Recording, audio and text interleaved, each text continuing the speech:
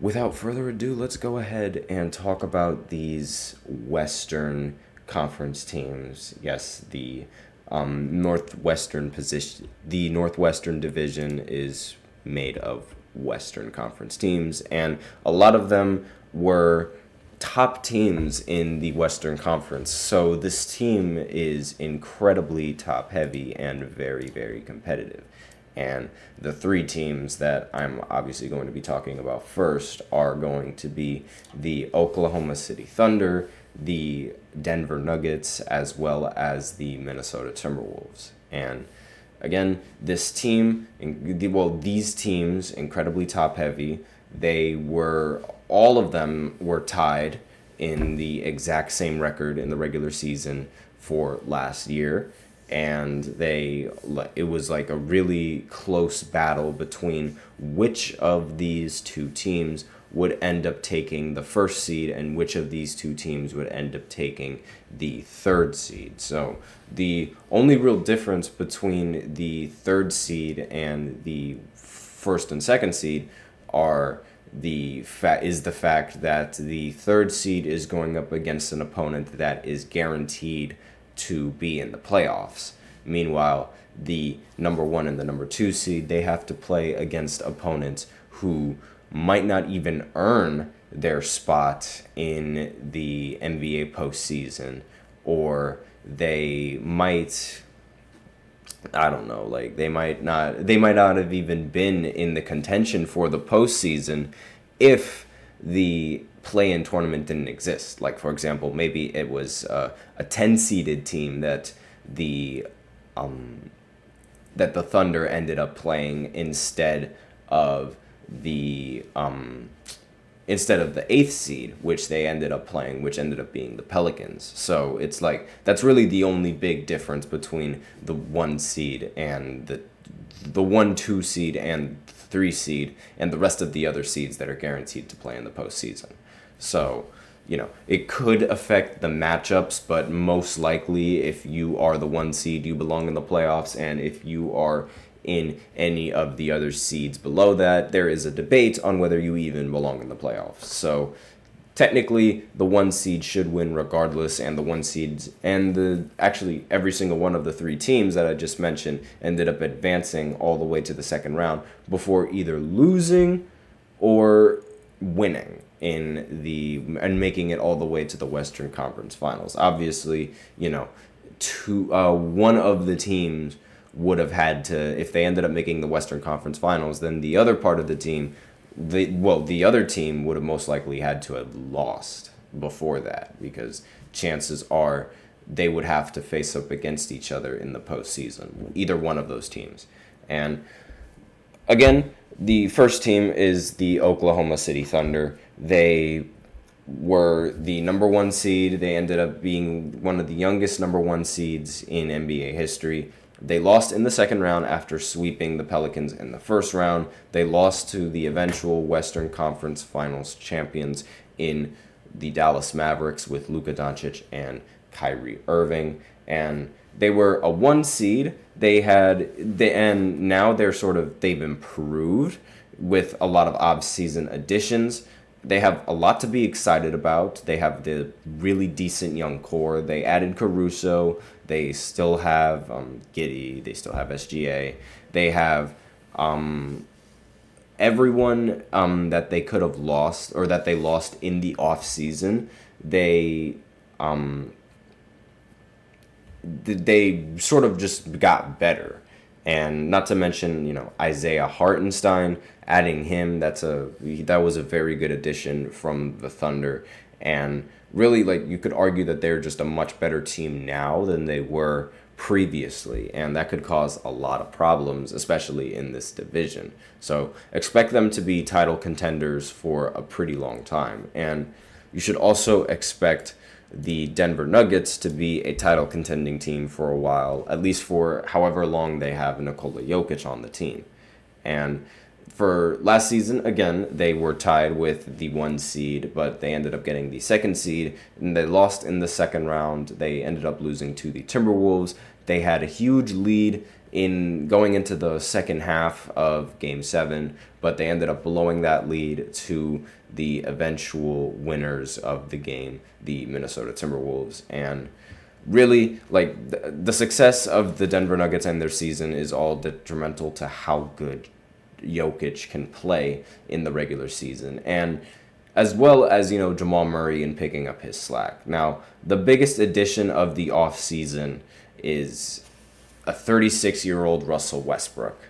And their biggest loss this offseason was a top 100 NBA player in KCP. And I mean, you're still contending because you have Jokic, but is like, are the pieces that you have on your team enough? Like, that's really that's how I'd feel if I was a fan, especially considering how embarrassingly the Nuggets ended up losing to the next team that I'm about to mention. And clearly, the pieces that they had that won a championship for them before, it just wasn't enough to compete in this Western Conference. Now, you could argue that if Jokic had a much better game than he did in Game 7, like if he was able to close out the game scoring a couple more points, then they wouldn't be in this situation. Yes, that is true. But again, adding Westbrook to the team hasn't really proven that you get championship success. And, if I was a betting man, I would bet that Westbrook would be traded off of the team right after this year. And I wouldn't be surprised if that happens. So next team on this list, the Minnesota Timberwolves, they ended up beating the Denver Nuggets in Game 7, but they lost in the Western Conference Finals after winning only one game. And really, if I was the Timberwolves in this, I don't see a single reason for them not to want to run it back. They look very dominant against Phoenix and in the win against Denver last year in Game 7. If they end up, returning to the postseason and they end up playing the same kind of ball that they were playing in this postseason, then really I think the Timberwolves can beat anyone. So they just have to hope that, Karl Anthony Towns can pick up some end, because I feel like really if Cat plays a lot better for the Timberwolves, then, especially than how he did in this recent postseason, then they could go really, really far. And Anthony Edwards, he plays well most of the time, but it's Cat could really, really start picking up some of this slack. And I would personally think that a majority of the success from the Timberwolves is going to have to come from whether or not Karl Anthony Towns can produce. And I wouldn't expect an instant impact from the rookies, but if they want to go far, then I think that that's exactly what they're going to need. Now, next team on this list is the first team that wasn't in the postseason in this division, and that is the Utah Jazz with Lauri Markkanen. They were a 12th seed last season. Obviously, they did not make the play-in. And Lauri, really, the only thing that the Utah Jazz have going for them is Lauri Markkanen. The only thing Lauri Markkanen has going for him is the tremendous amount of money that he just signed for with the Utah Jazz. So the current focus for Utah is probably going to develop a young core and being in the race for Cooper Flagg, because Cooper Flagg is a really popular pick in this draft. And in a perfect world, the number 15th seed is going to be Utah's in the future. In a perfect world, obviously, that doesn't really happen all that much, but we'll see how the draft goes, and we'll see how the lottery goes, and we'll see how the teams end up working, and we'll see if the Jazz even end up being in contention, because who knows. And finally, the bottom feeder of arguably the entire Western Conference in general, the Portland Trailblazers. Now, obviously, they're the 15th seed. They were one of the worst teams in the entire NBA. That's usually what happens when you lose somebody as talented as Damian Lillard. They're probably not. They're really a thorn in the Jazz's spine, because if Portland wasn't so bad, then maybe the Jazz would be able to lose a little bit more and be able to get a higher placement in the draft. But really, I think that the Portland Trailblazers are going to end up getting the 15th seed in the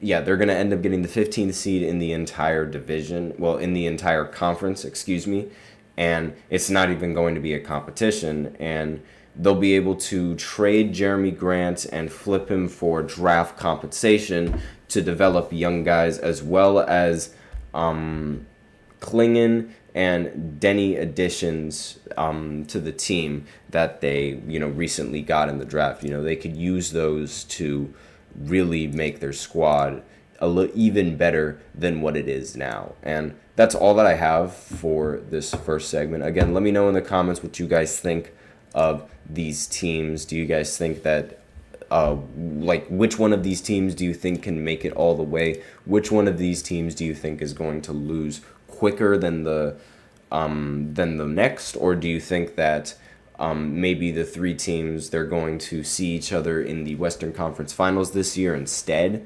Or maybe some other kind of scenario that you're thinking of. But let me know in the comments.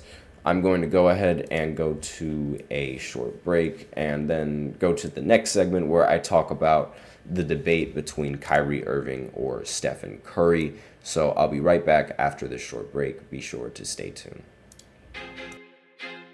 I feel like I'm losing my mind. Is everybody in the world blind? Please, Lord, give me a sign, a sign. I feel like I'm losing my mind. Is everybody in the world blind? Please, Lord, give me a sign, a sign. I wanna be the greatest. Everybody on the fake shit. I look around and feel like everybody is the fakest. I make this every day and I'm impatient, hoping one day I blow up from the basement. Statement, the top is so vacant. I don't hear shit that I think is amazing. Waiting for my day when I'm playing sold out shows for 1,000 faces. Hey, give me that crown, get in my way and to be put down. It ain't your place, all this my town. If I want that shit, then I'll get it right now. I'm losing it, the noose it fits, I'm losing shit. A stupid myth, you choose to live or choose to dip. You choose to fight or lose your grip and lose a gift. Oh, I feel like I'm losing my mind. Is everybody in the world blind? Please, Lord, give me a sign, a sign. I feel like I'm losing my mind. Is everybody